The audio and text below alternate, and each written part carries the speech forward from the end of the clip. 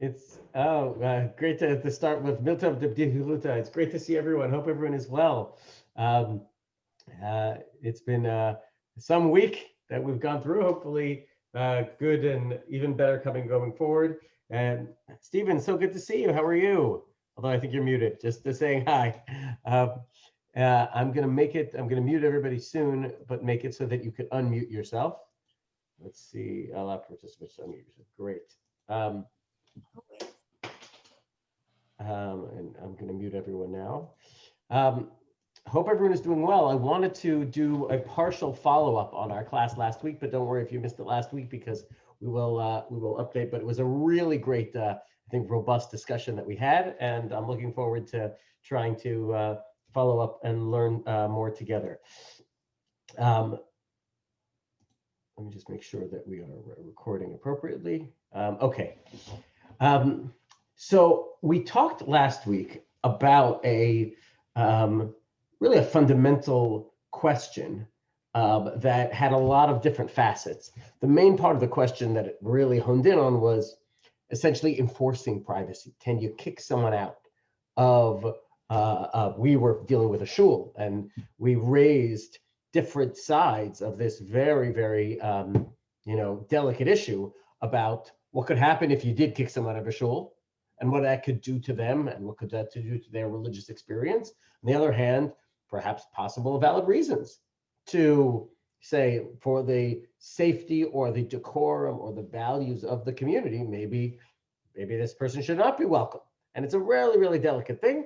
And we tried to talk about it from a sort of philosophical standpoint to understand what's the nature of the process and power that you have to try and do that. And we'll review a little bit of that. But I wanted to spend some time, and this is some of the model we've been trying to do a little bit, is to look at this from the perspective of understanding the people involved, the history, and we're going to actually go a little bit of a tangent and come back to this, the history of the process of thinking about these things. And one of the things and the way we've done is we've looked at a particular person and tried to look through the prism of that person to understand a little bit about this unique story. We did that a little bit 2 weeks ago and last week, and we'll try and do it today. And so the person I want to focus on is known in the general world as Gershom ben Yehuda, or Rabbeinu Gershom, generally commonly known as Rabbeinu Gershom Meor HaGolah. He actually had a really interesting suffix to his title. Most people will call just Rabbeinu, or sometimes if they're really fancy, they call him Hagon, the great genius. He was known as Rabbeinu Gershom Meor HaGolah, which means the light of the exile. He lived years. He died in 1040, so about a generation or so before Rashi. Earliest part of the Rishonim period, and we'll see about the unique approach that he took, because he was a sage who saw a unique role that hadn't really been resurrected in his generation, and in many ways he was one of the last people to see it this way, which was at the time of the destruction of the temple. The world was a scary place, and there was a recognition on behalf of sages and communal leaders that you needed to not just deal with whatever was going on in your generation, but we needed to build an infrastructure for the future. For example, Hillel Hasheni, one of the things that was so dependent on the temple was that the calendar was dependent on how we dealt with all the Yamim Tovim and things that were going to be. Once so to speak, the famous term, the writing on the wall, once that basic fundamental stanchion of Jewish life was looking like it was not going to be eternal, there was going to be a destruction of the temple, there was going to be an exile of the Jewish people, there was going to be a diaspora. So there was people who said, okay, we're going to need to deal with this in our own lives. We're going to have to try and take care of our people, but realize that the rest of Jewish history is going to change. And so there was some Hillel Hasheni got up and said, I'm going to set up a perpetual calendar to be able to have Jewish life continue, not just in my generation, but for generations to come. This, I know we've talked about this, had certain edges to it. That's probably part of the thinking behind a lot of the codification. Especially Rabbi Yehuda Hanassi was thinking that way when he decided to codify the Mishnah, right? A lot of that parts of Jewish history. So that was done especially around the destruction of the temple. In the year 1000, Rabbeinu Gershon was the leading catalyst of saying, we got to still do that. We've got to try and think about how we can put certain things in place that will be forward thinking about the way the Jewish life will exist as we build this future history. He was mostly focused on, let's say literally Ashkenazic Jewry, meaning Western Europe and Germany, Austria-Hungary, a lot of Western Europe. And Rashi, when writing about him a century later, said every member of the Jewish diaspora in Western Europe and beyond is considered themselves students of Rabbeinu Gershon. That's what Rashi said about Rabbeinu Gershon. Rashi said that about him. In the year 1000, he really had his seminal magnum opus, in which, by the way, he was a great author. He wrote many glosses on the Talmud, but he decided that we needed to gather the sages of the time and think about a set of principles that will govern the next epoch of Jewish history. It was a huge endeavor, really wide thinking, saying we're in the year, again, it happened to be 1000, but we're in a year now, we got to think about how we're planning for the next millennia of Jewish history. Imagine, let's talk about thinking big here. Now, interestingly, it happened to coincide with a part of his, a unique part of his life. He lost his first wife very early. She passed away, and he married a widow, and did not, basically did not have a large family. Devoted a tremendous amount of time to communal areas. He lived in Mainz, the community in Mainz, and as we know, the Mainz community was a flagship of Jewish learning, and we know when we talk about the elegies of Tisha B'Av, that's part of the Gezer Tachvatat. A lot of the destruction was so painful because communities like Mainz were the ones that were destroyed during the terrible, Jewish purges and pogroms, crusades, etc. But what he did was he started by building a infrastructure of, communal knowledge, meaning he became, purely because of the efforts that he did as a communal leader, became essentially the hub where people looked to for Ashkenazic Jewry overall. His study essentially was compared to the study of the great yeshivot, the great academies in Sura and Pumbedita, the Babylonian academies that were the source of the Talmud.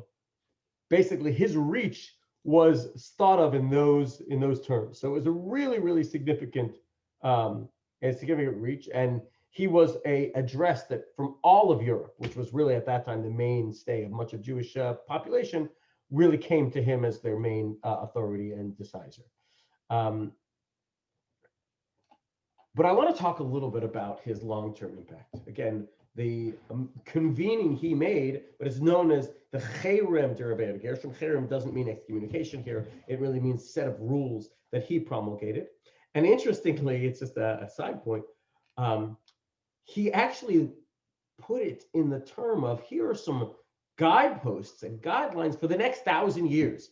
And there's actually, since more than 1,000 years have now passed since Rabbeinu Gershon, often discussions about whether or not some of the rules that he promulgated are still binding.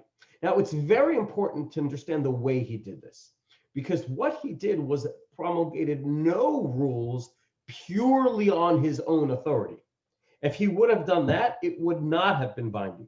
But since he had already created essentially a centralized authority of, not authority is maybe the wrong word, but a centralized communication structure of the leaders and sages of the day, he was able to gather what was often called a synod, or synod, I think, with the official pronunciation, where people all came together and sages under his leadership enacted these rules en masse, in which case they have the binding of the concept of a Jewish communal decree, which is has a halachic status and is not easily repealed over at least Ashkenazic, and it's really become general Jewry. And so what I want to do is take a look. I have it here in Hebrew, but I'll translate them. Look at the variety of different things he thought about, and then we'll get into the one that we talked about. Some of them were more famous than others. The most famous areas he spoke about were the areas of marital life and communal life. So some of these things you may be familiar with. That came from the Sinai, the Cherem, the rules of Rabbeinu Gershom. This is the Hebrew. Isur al nesiat yoter meisha achat. He is the one who created the policy against Jewish polygamy. On the surface level, it is technically legal, according to the text of the Torah, to marry more than one woman. For a man to marry more than one woman, not the other way around. For a man to marry more than one woman. He promulgated the rule that from now on, from the year 1000 and on, no more. Only monogamy. And that has taken shape as a normative practice in all of Jewish life since then. The next rule, again, is also taken in. It is one of the more complicated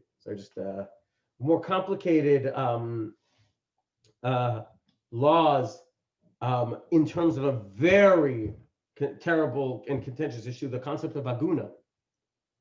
And he changed a major part of the process of marital jurisprudence, which was Isur al Girush Isha Bal Korcha.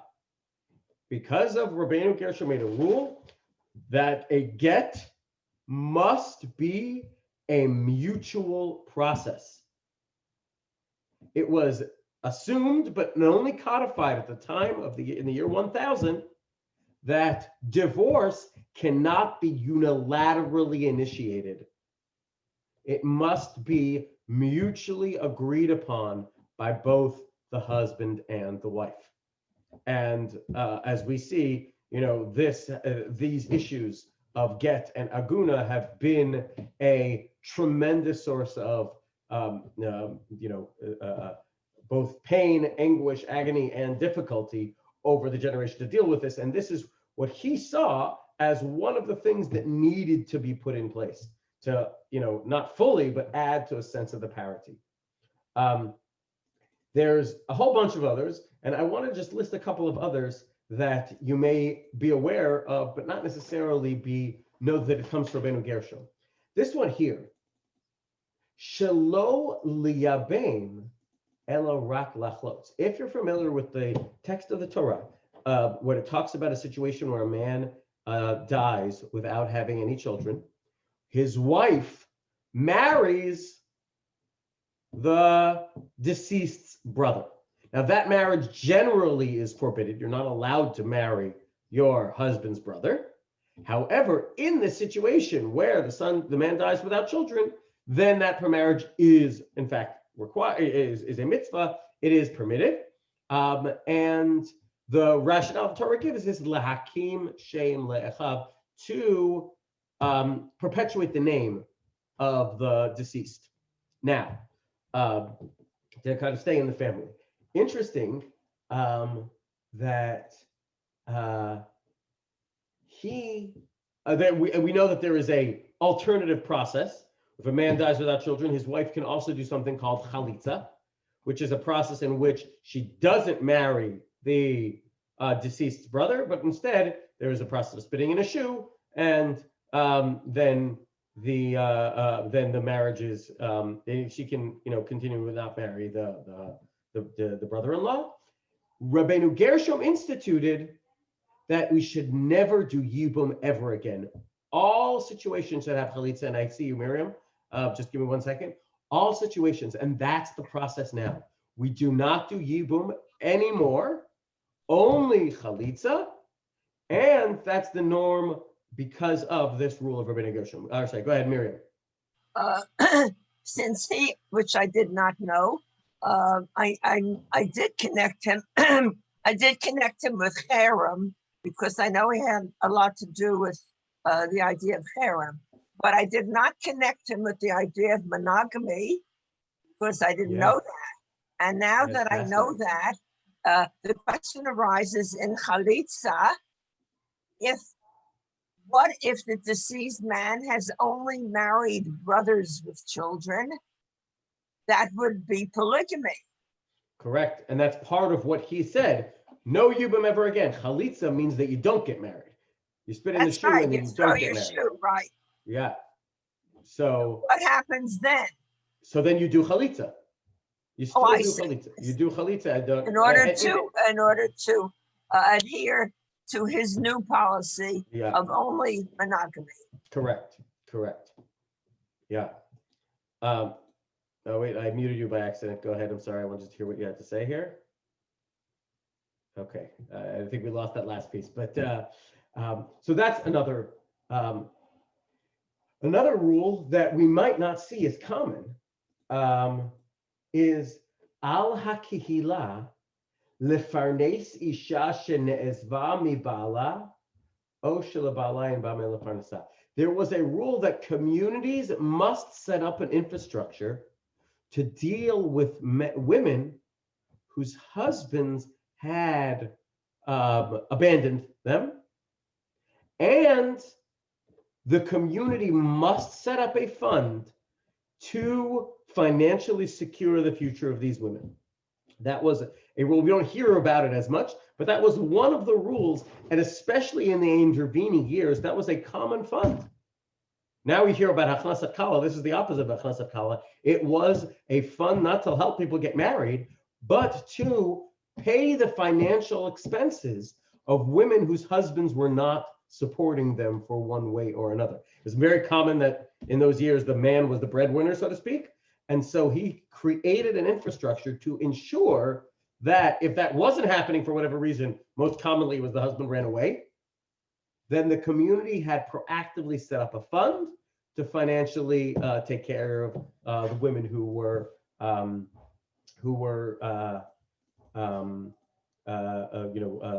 left without means of parnasa.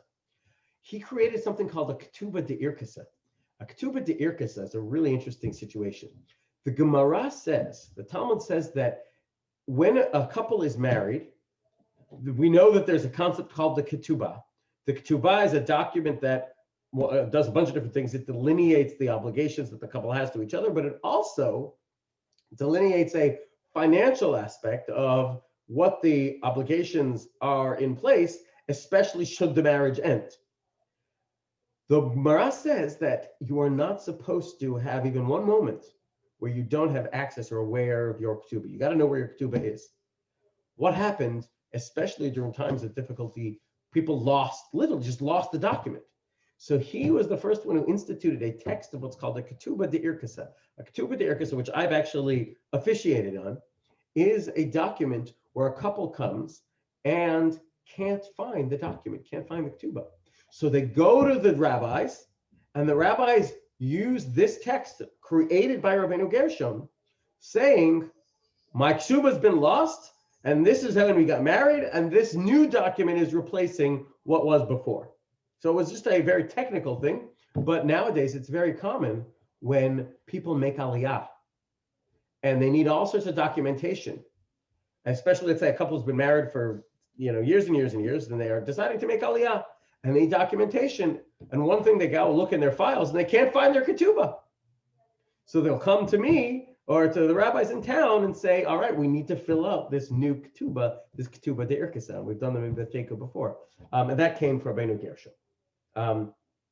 Okay, what I wanted to spend a little bit more time on is the communal related rules of the Sinai of Rabbeinu Gershom. Some were interpersonal. Listen to this one.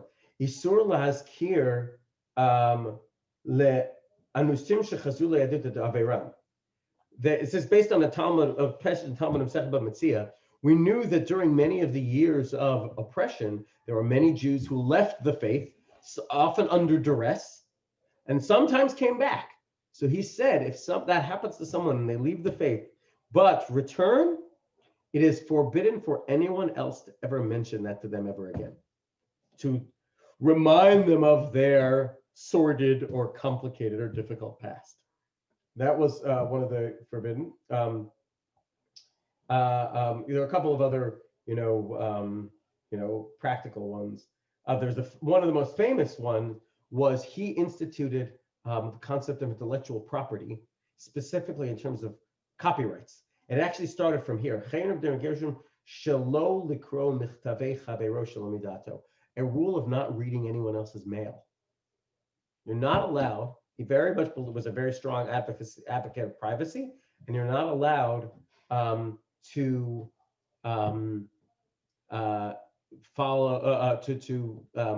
breach the privacy of someone else's information. So that would and that's generally applied to email and other things, which is if somebody sends a letter and you intercept it, you're not allowed to open it and read it. But what he talked about, though, is he felt that now that the Beit HaMikdash was destroyed and we are going to be living in a diaspora, we must set up communal infrastructure. So he strengthened the concept of what's called Rov Tovei Ha'ir. This phrase, Rov Tovei Ha'ir, literally means the multitude of the good of the city, the good ones of the city. What it really means is an executive committee or a board of the Jewish community. And he said that communities now need to create local communal governance. We talked last week about the Bar Baratzot that really took this to another level, but the concept of, well, we could talk about it, of a shul board started with the heft of it started with Rabbeinu Gershom, where he said the community must have a infrastructure that makes and applies rules and laws, and that must be, here's the key, alamiyut li kana. That if you want to be part of the community, it's sort of the building blocks of the sort of quote unquote democratic ideal. That the rights of the minority must bow to the will. You give up some of your personal rights to be able to have communal freedom. And in that context, he spent a lot of time writing on Beit HaKnesset, on shul-related issues. So, for example, he wrote here, Isur lotzi tashmishei kedusha mebeit HaKnesset l'roshut. You're not allowed to remove any holy objects from a shul without permission. Okay. What about this one? Mutar al kol yechidim livnot od beit HaKnesset ba'ir be'ein yecholim mitpalei beit HaKnesset akadem la'atzor b'yadam. Do you know what this means? This means you're allowed to build a breakaway shul. That if you have a city with one shul and you have a group of people who want to daven elsewhere, and so they're going to open up another shul, the first board cannot say, no, only one shul in town, you're not allowed to open up your own shop. This has been a fundamental and groundbreaking, or I should say, history-defining ruling, because for the default for many towns, especially Shtetl, was one shul, and that existed much longer than Rabbeinu Gershom. And Rabbeinu Gershom was the one who innovated that notion of breakaway. Now, you can argue that there are ups and downs, the communal unity as broken when you have breakaway, minyanim or breakaway shuls. The famous story about the guy on the desert island who builds two shuls, the shul I daven at and the shul I don't daven at. And on the other hand, multiple places, multiple flavors, different options is often what allows community to grow. If you come to a community and there's only one place and that's not where you fit in, is very commonly communities grow because of, I wouldn't call it competition, but because of growth. If you look at Los Angeles, right? You may remember the years where there was just Beth Jacob, whether it's, when the West Adams Boyle Heights age, or even in the Beverly Hills era, right? Where there was just Beth Jacob. And I would track much of the communal growth to many of, and a lot of the larger and more established shuls today can trace their steps to Beth Jacob, actually, in terms of the Orthodox community. But part of that has to do with this idea that others who want to try and branch out, and that's, I think, part of the growth of LA is because there's not just one shul, although everybody should be members of Beth Jacob. But the idea that started from Rabbi Gershom. So you see how again, how broadly thinking and how history defining he was. But I want to talk about this one. So you see the different issues and areas that he's trying to balance. This one is an interesting one. We have a minyan of only 10 people. Nobody's allowed to leave, because then you're going to leave the minyan without. He added, if they leave, you can even continue certain parts of the davening without them. But this I wanted to talk about what we started on last week. Rabbeinu Gershom said, Isur lahafoch et beito lemakom tefillah amanat la'asor miyachid lehitpalel sham. That you're not allowed to create a shul in your own house in order to stop someone from davening there. And then again, I'll use the text here of the actual thing. Okay, let's see if we can do this. This is Rabbeinu Gershom's actual language. Ish shehish'il beito lebeit hakneset. A person who lent out his house to be a shul. V'yesh lo merivah echad mekahal. And there's a particular fellow, Mr. Shlomiel Shlomofelstein in town, which he just doesn't like. He has a break, he has a fight with this fellow. Eino rashai le'asra, ela im kein ya'asor lekol hakahal ke'echad. He is not allowed to say, hey, this is my house, so Mr. Shlomofelstein isn't allowed in. Once you've made it into a shul, you can't kick anyone out, all or nothing. If it's a shul, everyone's allowed in. If it's not a shul, then it's your house. You're welcome to let in who you'd like and who you'd not. But once you call it a shul and you lend it out to be a shul, everyone's allowed in. And unless you stop people. Yes, go ahead, Miriam. A very quick question. Do I take it then that if there are 9 people and you cannot find a minyan, that you daven anyhow with the 9 people? You daven anyway. You don't have the ability to do certain parts of the davening. Like you daven what? anyway with the 9 people. Like you can't do Kaddish because you don't have a minyan. So you cannot say, if you come to shul in order to say Kaddish for that reason early in the morning, and then you cannot get a minyan, you therefore cannot say your You don't Kaddish. say Kaddish. Yeah, you don't say Kaddish. Even if you come for that reason. Yeah. It's a complicated thing, especially in smaller communities or in cold weather when it's really cold in the mornings. That's often when we know someone's coming to say Kaddish, we'll spend time the night before shoring up to make sure we will have minions to be able to do that. Yeah. Okay. That's So you go to the street and catch someone. there you go. Exactly. It depends where you are. It depends where you are. In Israel, it's a little easier. So I wanted to just focus on this statement of Rabbeinu Gershom, which is what we talked about. Because we talked about a couple of scenarios where it gets a little bit delicate. For example, right, this seems to be one extreme thing, essentially saying you can't kick somebody out of shul because you don't like them. But how far do you take that? So we talked about two examples. Let's say I build a shul on a cruise ship. And I do that because I charge a special premium to the people to whom I market that they should come to my cruise. They should come to the cruise and book through the cabins and whatever through me. So they'll have all these great amenities. So the shul and use of the shul is essentially a perk of booking through me and giving me that income. Or the other example we said was a Pesach hotel, right? At a great expense, a program coordinator rents out a whole hotel and charges a premium to each of those hotel guests. And as one of the perks he gives them, they have access to the shul.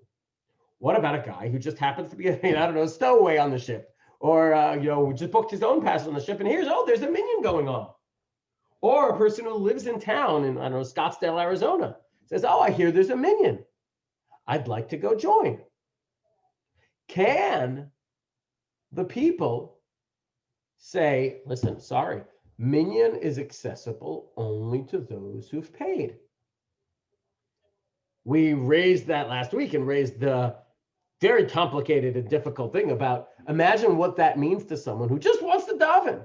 All they want to do is pray, and they walk into shul and the door is slammed in their face because they didn't pay. It's a very, very difficult feeling. And as I think it was Maxine, who I believe it's her birthday today. If you see Maxine, happy birthday to Maxine, although I don't see her in the class. It's a very difficult thing to somebody to go through and could turn them off to organized Jewish religion, for who knows how long. On the other hand, we talked about other examples where if someone Miriam, I think, raised this, is going to disrupt the decorum of the shul, or if someone is going to pose a danger, right? There are certain things about shuls have policies about not accepting folks. Well, a policy of Beth Jacob congregation is that you are not accepted for membership or attendance in the shul or joining shul programs if you have refused to give your wife a get. And you have declared as a ma'again, you are not welcome in Beth Jacob congregation to get an aliyah or to get any, participation in programs, etc. That is a law within the Beth Jacob policies that was enacted a few years ago. So, on the other, that you could make an argument has a different public policy. How exactly does the rules of Rabbeinu Gershom here actually get applied? So let's look a little bit. Let's look carefully, and we can. Yes, Suzanne, go ahead. I just thought something else came to me. Let's say it's not a cruise ship; it's more complicated. Let's say someone has a resort kind of retreat in a place, and they can bring the catering in to make it kosher and whatever. And now it's only like 5 families or with enough men to be a minyan. Can they make the condition for that they at least have to show up for a minyan 3 times a day? You're saying required. Well, we had a different issue. Sometimes it's when you want people to come, and again, the common thing is selling seats and having tickets for davening. You have to say when you sign up, you have to commit you're going to be there, so we know we have a minyan. Like this past year was a very common example where, right, we had this year where we had a variety of different locations, and because of social distancing, we could only have a small number of people joining the minyan, and therefore we need to make sure they all came, right? So that's absolutely what we did, yeah, one of those things can be, like we said in the other example of Rabbeinu Gershom, covenants, expectations of members of the congregation. Absolutely, yeah. So I wanted to, again, to try and unpack this a little bit. We left it in the middle last time, and I want to unpack it a little bit now. So let's try and see what exactly did Rabbeinu Gershom say. Rabbeinu Gershom essentially is saying that you are not allowed to assert your regular property rights when it comes to being a shul. Once it's a shul, the concept of the my home is my castle doctrine no longer applies. And it's interesting to think about why that may be the case. Right? Doesn't Judaism believe that your home is your castle? Isn't it true that ownership and rule means that if somebody wants to come into my house and I don't want to let them, I'm allowed to say, I'm so sorry. If somebody knocks on the door, they can't just walk in without my permission. Rabbeinu Gershom is essentially saying when it's a shul, that rule doesn't apply anymore.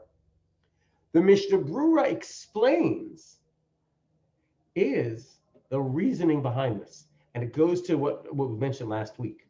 And I think Matt has shared a couple of the insights where actually come to what the Mishnah Brura says. The Mishnah Brura explains that we learn from the story of, you may remember from Tisha B'Av, of Kamsa and Bar Kamsa, that by definition, a shul must be an inclusive place. And just like the downfall of the temple occurred when we lost sight of that, then once you've made your place into a shul, we can't lose sight of that as well. And imagine the machloket, and imagine the feeling someone will have about being kicked out of shul. Therefore, you lose once you define, even if it's your own living room or your own back garage that you've set up as the shul, and it's called Posy's shul. You can't. By the way, interestingly, in many British communities, they had things that ended up being called private shuls, and often they were called by the name of whoever ran or owned the shul. Now it's not the case. Generally, they have a very rigid corporate structure with a chairman and a board and all the things. But sometimes you had these private shuls that was called such and such a person's shul. So Rabbi Gershom says, once it's a shul, you cannot assert private property rights. Interestingly, the later commentaries push back a little bit on Rabbeinu Gershom. The Ramah and Darkei Moshe, where Moshe Isserles 400 years later, quoted from Maram Padua, who we talked about, said that that doesn't mean you can't set up rules about your shul. All it means is if you start a shul in your house and then decide, hey, this guy is not my friend, I don't want him in, you can't do that. But you can start a shul with bylaws. And those bylaws can say someone who is a danger to the community is not welcome. Someone who is, expressed certain behaviors of moral turpitude is not welcome. Someone, frankly, who's going to disturb the decorum is not welcome. Someone who is a security risk is not welcome. We have to make sure shul feels that it's a delicate thing of a welcoming place. But there are grounds, says the Maram Padua, to exclude and to enforce certain entrance policies to a shul. What is not mentioned, this is where we left off last time, is payment of a fee. In neither the Rabbeinu Gershom's original text, nor the Maram Padua, the Ramah, or even the Mishnah Brura after the fact, do they mention a simple question of, can a shul exclude someone for lack of payment or for financial reasons? So the cases you think of are, like we talked about, you always starting a Pesach program. Can you exclude someone who hasn't paid the fee and say, listen, this Pesach program was built and this shul was built based on the revenue we came in. And if we let everybody in for free, we wouldn't be able to build it. And therefore, sorry. Or the cruise. So that's not mentioned. The one source that we have that does remind us of this is the famous story of Hillel, right? Where Hillel, you clearly saw that they had such an infrastructure. They did have an infrastructure that you had to pay to get into the Beit Midrash. And Hillel didn't have the money. And the guard didn't let him in. And so he climbed up the roof because he so desperately wanted to be involved in the class that they were teaching there, that he climbed up on the roof and he hit on the skylight, and he actually fell asleep and was covered in snow to be able to hear the class that they were teaching there. So it's a fascinating story, usually talking about the perseverance of Hillel and his dedication to study, but it also shows that clearly they had a fee. And clearly they had the policy that you couldn't come in if you hadn't paid it. So yes, Suzanne, yeah. Every shul has probably a tzedakah fund, and there should be ahead of time an arrangement for situations like that. Absolutely. And in fact, most shuls, when it comes to membership or even high holiday seats, which is usually the time where this becomes most in play, has a system where financial barriers are not meant to make people not able to come. Meaning the shul needs revenue, and the way that revenue will fit in many places is high holiday seats. By the way, that's generally this year not been the case. Most shuls across America have broken the link between high holiday seats and shul membership, and saying, listen, a lot of people for health reasons can't come to high holidays. And so we don't want them to not be members of the shul just because they can't, at high holidays. Exactly, you're correct. And in fact, many of the commentaries on that story of Hillel mention that it was the guard who didn't let him in. But had the authorities known, had the board, had the rabbis, whomever known, they of course would have let him in, would have not, would have not stopped him from joining the class. And as soon as they found out what happened to him, of course, they took care of him, brought him in, etc. But there does seem to be a precedent for shuls having an infrastructure to exclude people, even for non-payment of a fee. Now, it's interesting. The later commentaries say that there might be a difference between a shul and a beit midrash, a shul and a study hall, because a study is something in theory you could do on your own. Davening is required to be done at least in its fullest way with a quorum.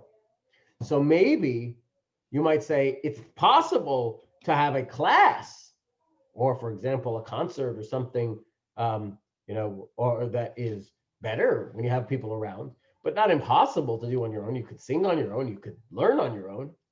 Maybe that's something that you have more flexibility to have a charge and a enforcement of that charge for, as opposed to davening, where, like, other than the Zoom options that they didn't have before, you can't do that on your own if you want to have Kaddish. That's what Miriam pointed out before, and so that the rules need to take that into account as well. That it's not like you could go home and do it on your own. You need a shul, and maybe Rabbi Gershon would say, then the community, if the shul's there, it needs to accommodate everybody, because it's not like they have anywhere else they could go to do this. Yes, Suzanne.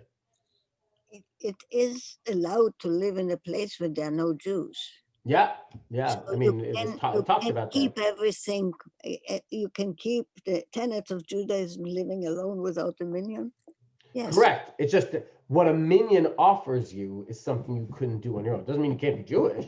It's just saying a class of is not offering, I guess, obviously it's the unique insights of the teacher, whatever it may be, but the idea of Torah study can be done. It's offering you Torah study. You could Torah study elsewhere, but a minyan, you can't manufacture that elsewhere. Yeah. So that's perhaps one distinguishing characteristic. But can you? But if you're living in such a place, I mean, if you have to, you can say you're minyan by yourself, but it doesn't count the same as a tzibur. Right, and you would admit, yeah, exactly. It doesn't count the way the tzibur would act, yeah. And you couldn't say certain parts. The later commentaries dealt with other factors of this. So, for example, the Bir Halacha, the Mishnah Brura, writes that if there's a difference between if you set up an actual room or building that you convert into a shul, right? There are people around town who have bathhouses, and instead of building it as a bedroom or an extra, ADU, they build it with pews and they put a little Aron Kodesh in it, and it's a shul. That's where he says Rabbeinu Gershom's takana, his rule apply, because you've defined it now as a shul. If, however, it's just your living room that you see a bunch of people around the neighborhood, and you say, hey, let's chop rein, let's chop a minyan, that you want to just have people chop a minyan, a chance to daven, people around the neighborhood, then it would not apply Rabbeinu Gershom, and it doesn't stop being your house. And you still have, in theory, the right to let in who you want and not let in who you don't want. Now, that's a little bit hard because, as we explained, Rabbeinu Gershom's idea was to avoid embarrassment of the person who gets kicked out. And here you're not going to avoid the embarrassment when you're kicking someone out. In fact, it's exactly like the story of Kamsa and Bar Kamsa. The Ber Halacha is important because this is what lays the groundwork for essentially, if you have a valid reason or good excuse to not have somebody in the shul, that groundwork is laid to say, for the greater good of the community, this individual shouldn't come in. By the way, the Ber Halacha also quotes a different approach, saying it also matters if there are other shuls in town. If there's no other shul in town, you have a responsibility to accommodate everybody in town who wants to daven. If there are other shuls in town, then there may be, if your private property, you may have the right to assert your right over that private property and say, go daven elsewhere. No reason you have to bother me when we're in the middle of this big Bregas fight. The other issue is it true about non-davening times? Right? Does this mean I have to let everybody, if I have my room in my living room that I sometimes have a minyan, does that mean anybody's always allowed in my living room anytime they want? Or it's just once I'm having a davening time, I let everybody in? Interestingly, Rabbi Akiva Eger wrote about a pandemic. Now, Susan Benowitz always reminds me of the factual errors that were made back then, but it was a cholera pandemic. And they felt, even though cholera generally, from my understanding, is spread through contaminated water and other types of things, but they felt that hygiene was really important and they had to have social distancing. So he writes that because of social distancing, you can have police that you hire at the door of the shul to not let any more in than the capacity of the shul. Exclude everybody from shul other than, I don't know, first come, first serve, or whomever had a spot or whatever it was, their system was. But they excluded everyone from shul because they needed to enforce social distancing. Very interesting. So Vega writes about that during a cholera epidemic, where he said, you hire the polizei, that's the term he used. You hire the polizei, off-duty cops, to stand at the door and not let people into shul because of the safety issue that raised. So there's a couple of, so we've seen a couple of factors that sort of modify the 1,000-year-old plus cherem rules, takanot, the decrees of Rabbeinu Gershom.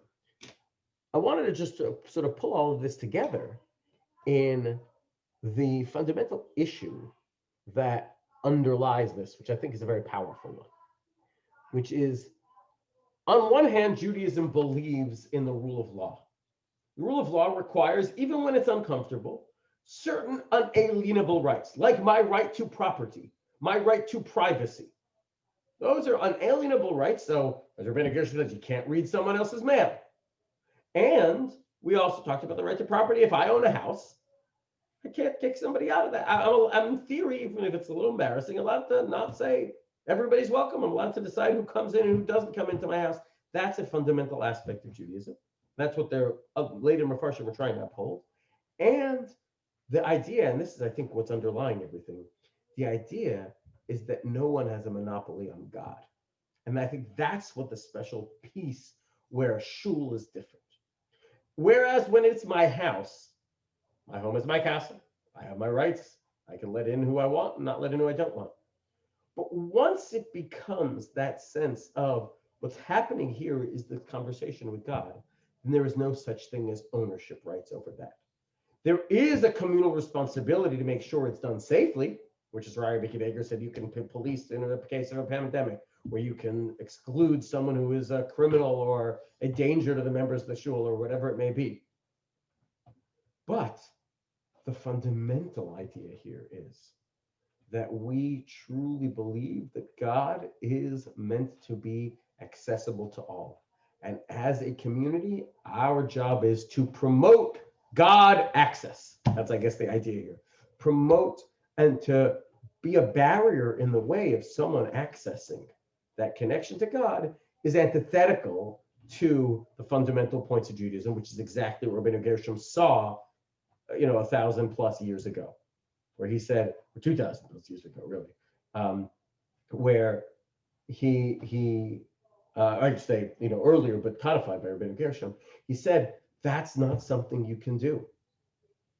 You can decide, I don't want my house to be a shul, and nobody's allowed in. Perfect. But once it's a place of access to that conversation with Kadosh Baruch Hu is equally to the rich, to the poor, to the highfalutin, to the lowfalutin, whatever your terms may be.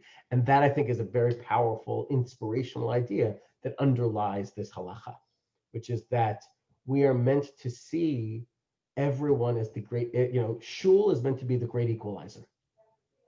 It's meant to be that sense of trying to promote everyone having that connection and that access, which is why, even though you might go foul over your technical property rights, Rabbi Gershom said, Ad Kan, that a shul is not a place where we're able to do that. Yeah, Suzanne.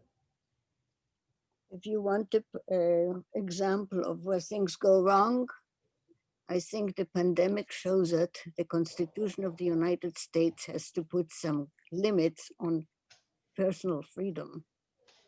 Because of because they give all the freedoms, but no thing to break it. Yeah, that's back and forth of freedom and responsibility, absolutely.